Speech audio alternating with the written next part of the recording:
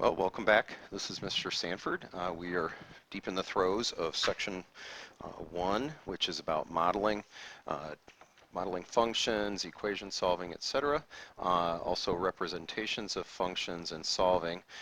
Modeling we spent a fair amount of time last time dealing with and worked on that again in class, and so we're moving on to the other two aspects of the section today. Representations of functions is basically the different ways that we talk about mathematical concepts. So verbal, obviously verbal has to do with words. It has to do with the context, the setting. Sometimes all of that stuff is part of it. It may not always be, but writing in words about what your findings are. Numerical has to do with, shockingly enough, numbers. The most common way for us to see that is in tables of values, maybe a list, things like that. But that's so the numerical things. Symbolic would have to do with usually equation kind of stuff. Equations, maybe variables. Back in second grade, it might have been the little boxes, box plus 3 equals 7, what goes in the box, things like that. And then graphic is usually thought of as graphing or a graph of a function of an equation. It doesn't have to be, though. Graphing could mean a picture or illustration, like in geometry or like trig, things like that. Could be those, but usually it has to do with a graph of the equation, or it could be a scatter plot,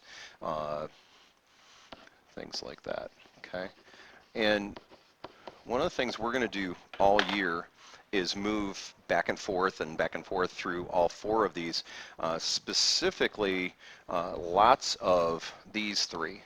And where appropriate, the words or context, you might have to explain your answer, you might have to explain something.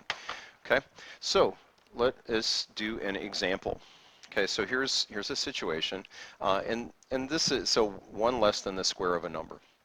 So this is a verbal representation of something that's pretty straightforward.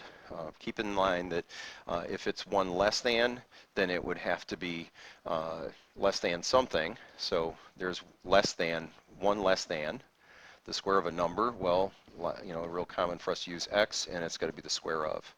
So this is a symbolic representation of that. Okay, if we're going to do a numeric representation of that, we might say, here's a column of x values, and we have a column of x squared minus 1s, or 1 less than the square of a number in there somewhere. So, just to have some quick numbers to work with, maybe we'd have something like this. So 0 squared minus 1 is -1, 0, 3, 8, 15. Don't want to feel like the negatives are being left out, so we'll do just a couple just for fun. -1 squared is 1. Keep in mind that's -1 squared. So this is 1 minus 1 overall 0. And -2 squared is -2 times -2 is 4.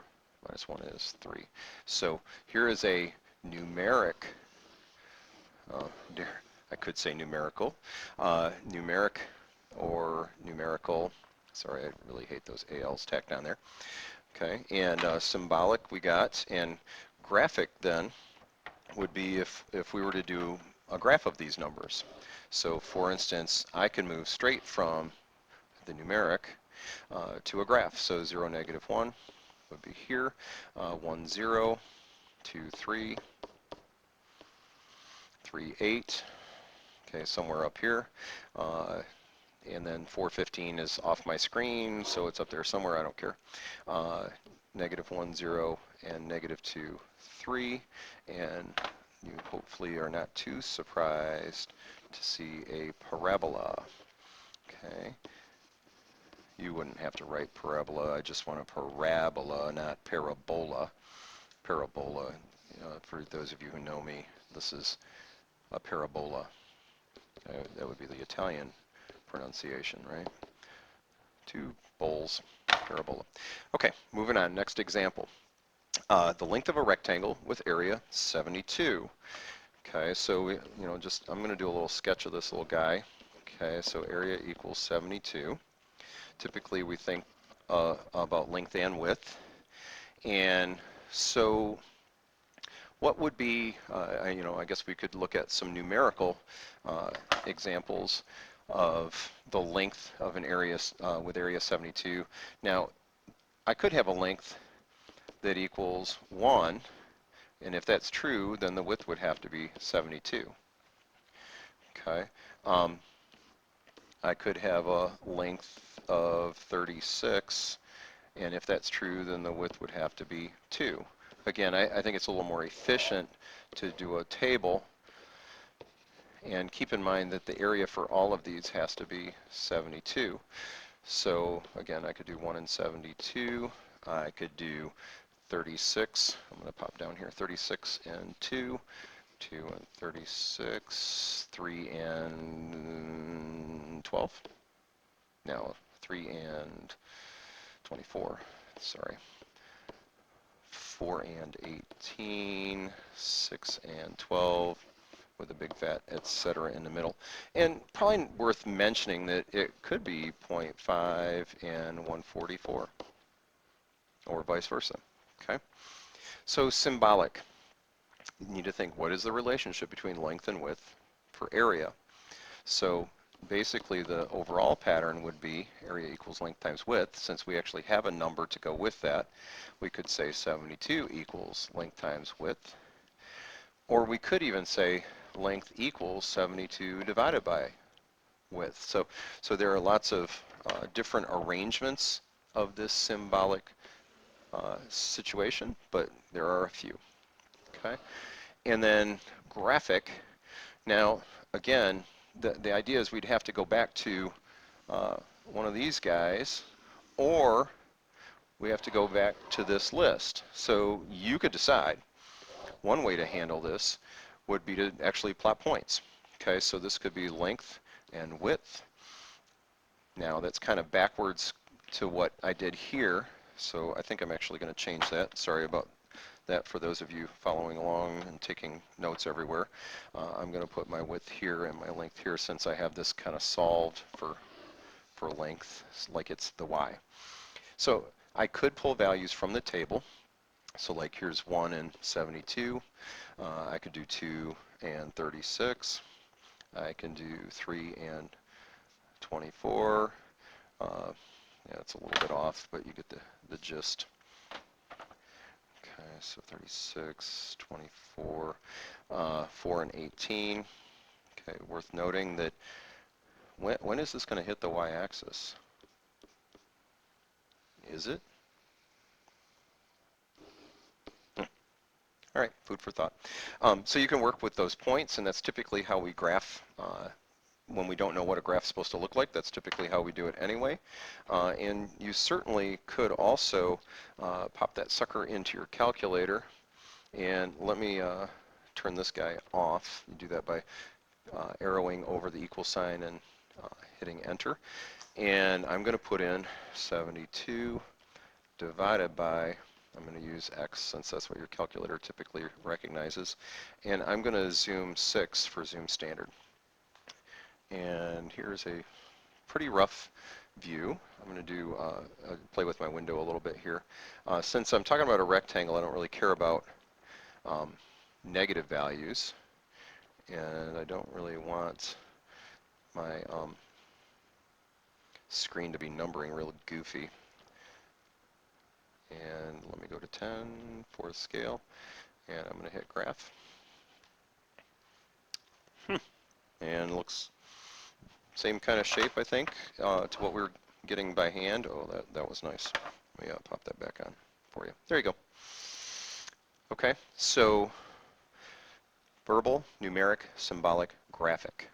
Okay, let's go back here and let's move on to the next. Okay. Solving is, now for those of you who've been with me before, which is some of you, maybe, I make a big stink in algebra about what does it mean to be the solution. Okay, so solution of an equation is, it is the value or values that make the equation true.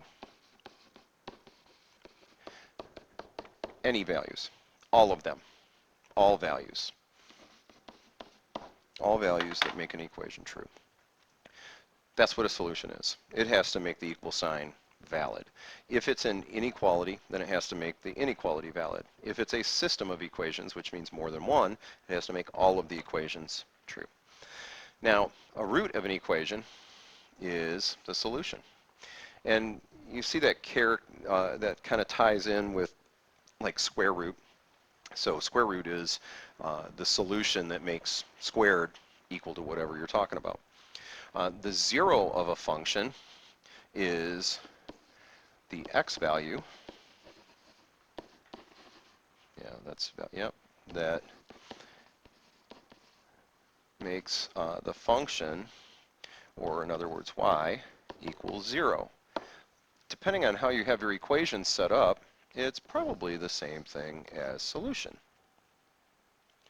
And x-intercept, well, think about what's true about every x-intercept in the universe. Well, it's on the x-axis, which means its y value is 0, and it's the x value for that. So shockingly enough, it's the 0. Okay, so my point in all of this is that these things are all the same thing. Now, they have certain nuances in different contexts, but for the most part, they mean the same thing. Okay? Now, the fun about all of this is all those different representations of functions that we have done, there are corresponding methods for solving. So for instance, we're gonna solve this equation. Okay, so x squared minus 1 equals 0. So if we're solving, that means we're finding solutions. Now, just a reminder, solutions are all values of x, or whatever variable, that make it true.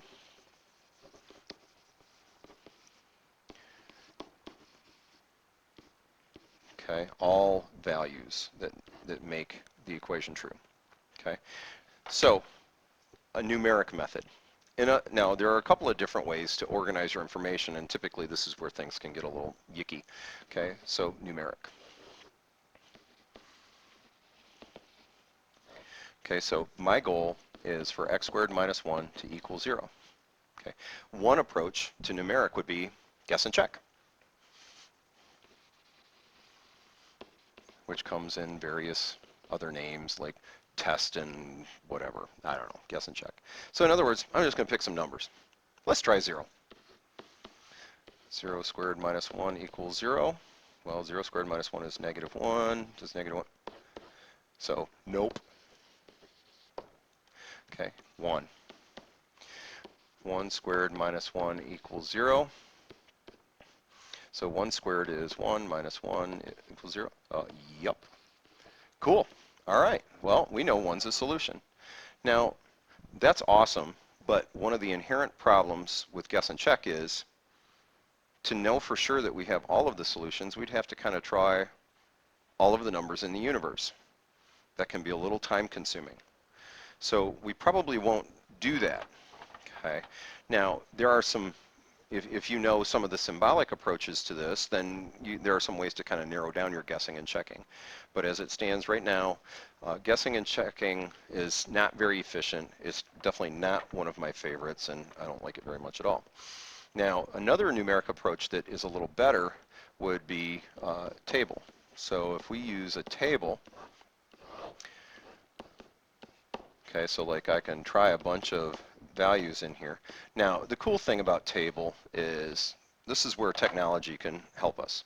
So I'm going to pop over to my calculator, x squared minus 1, and what I'm going to do in my calculator is do x squared minus 1 equals y. So that way, it can give me lots of answers, and if I want this to equal 0, then really what I'm looking for is when y is equal to 0. So where is y equal to 0? And if that I can identify, then sweet. All right, so let's go back to y equals, and I'm going to go down and I'm just going to clear that second equation out. And I'm going to go back and turn this one on because this is the one that I had ready to go. Okay, and I'm just going to hit table. Now, if you notice, table is right here. Okay, so right above graph is table. So I'm going to do second graph. Cool, I got a table. Now, the great thing about this is you can run up and down this table all day long. Okay, now, quick reminder, what are we looking for?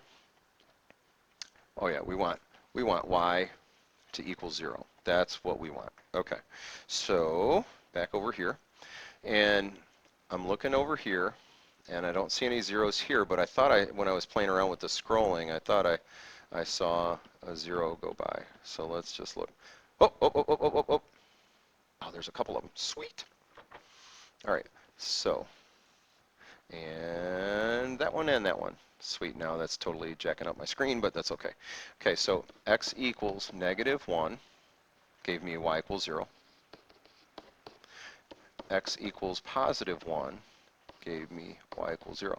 Now, the only other concern here is, could I have had possibly another solution somewhere? I mean, that's kind of the problem. So let me kind of just back out of that a little bit, and let's just kind of take a look at what's going on with the numbers now. So, think about it.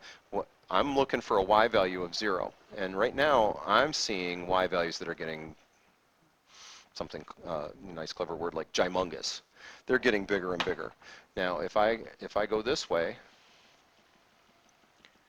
I'm going back up again, and I need to get past. Now, there is a more efficient way to do this. You can go to table set above window and tell it where you want to start, but I think it's kind of instructive to see the numbers go by. I think that it kind of illustrates what's going on.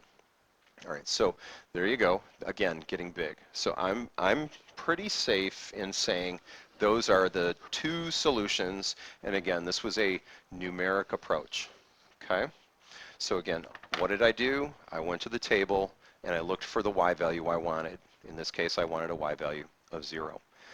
Okay, now similarly, we can again go back to the calculator and do a little graphing. Okay, let me get some of this out of the way. Okay, feel free to rewind and pause and do whatever you need to do. Okay, and I need to be done in 2 minutes, so I got to move this along, sorry. Okay, I'm going to go to graph, and now my screen is a little funky, so I'm going to just do a zoom. Zoom 4 is zoom decimal, and the cool thing about zoom 4 is all of the trace points are nice numbers. So, and it gives it a nice balanced screen. Again, I'm looking for where it's equal to 0. Okay, so equal to 0, it's going to pop off the graph for a second, but I'll go back to it. Okay, in this, remember, equal to 0, in this case, is where y values are equal to 0.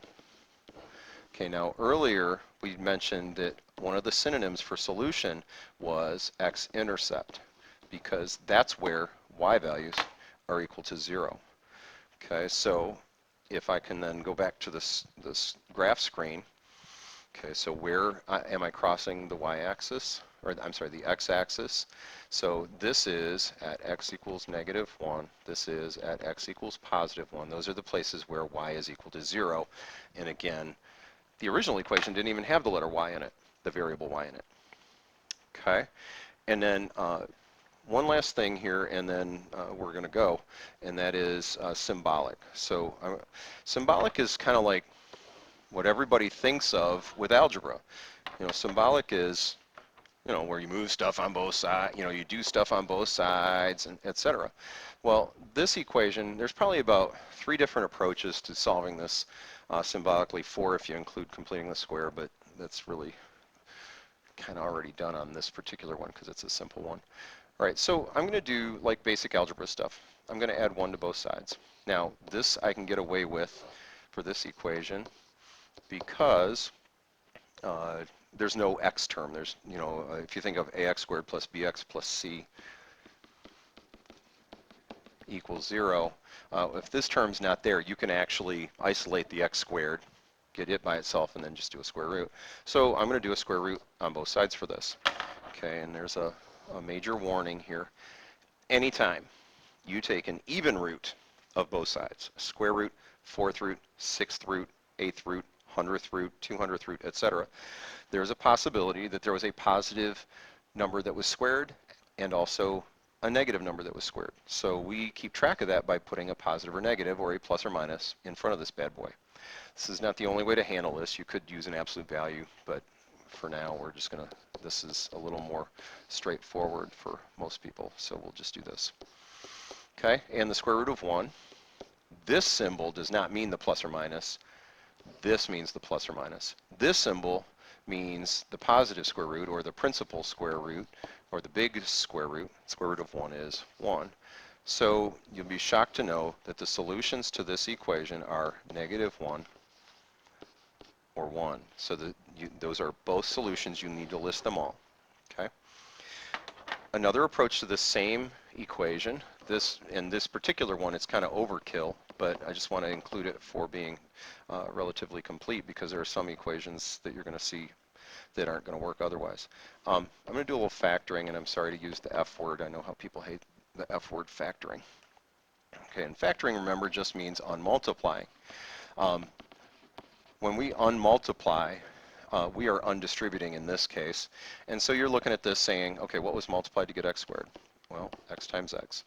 What was multiplied to get -1? Now, some things to consider. -1 had to come from a positive times a negative.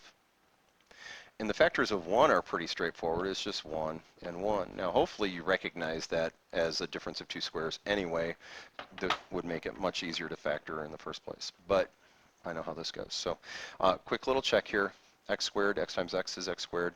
Outer would be -1x. Inner would be +1x. Those add up to 0x, which is 0. And then 1 times -1 is that -1. So that checks out. Now the issue is if I have two things multiplied to equal 0, one of those things had to be 0. So either that was 0 or that factor was 0. So solving x equals -1 or x equals 1. We use the word or in there because x can't be two things at the same exact time. So to clarify that, we just say or. Okay, I got one more and then we'll be out of here. Okay, this is everybody's favorite. Okay, not really. This is the quadratic formula. Okay, a couple little warnings here. The squared is on the inside. Okay, and inside of the square root, part of the discriminant. The square root goes across the entire b squared minus 4ac. The fraction bar must go across the entire fraction. Please be careful. Those are details, and you need to be careful of those. Okay. Again, we're talking about this format. So in ours, a is 1, b is 0, c is -1, and I'm going to fly. Okay, and b squared minus 4 times a times c. Be very careful with the sign on the inside. If you're looking for an opportunity to make a mistake, that's the place. Okay, so I have a -4, because we're going to treat that minus like a negative, times +1 times a -1. So that inside of that, the discriminant is actually 4, and this is 2. So 0 plus or minus, square root of 4 is 2 over 2, so positive or -1. Again, now the plus or minus does imply the word or, so you don't have to write the word or. You can just say plus or minus 1 like that. Okay, so symbolic, like algebra, graphic, from a graph. You can use a graph to solve, and also numeric. So you can use a table to find the y value you're looking for. And that's it for now. I went long, and I'm sorry. See you in class.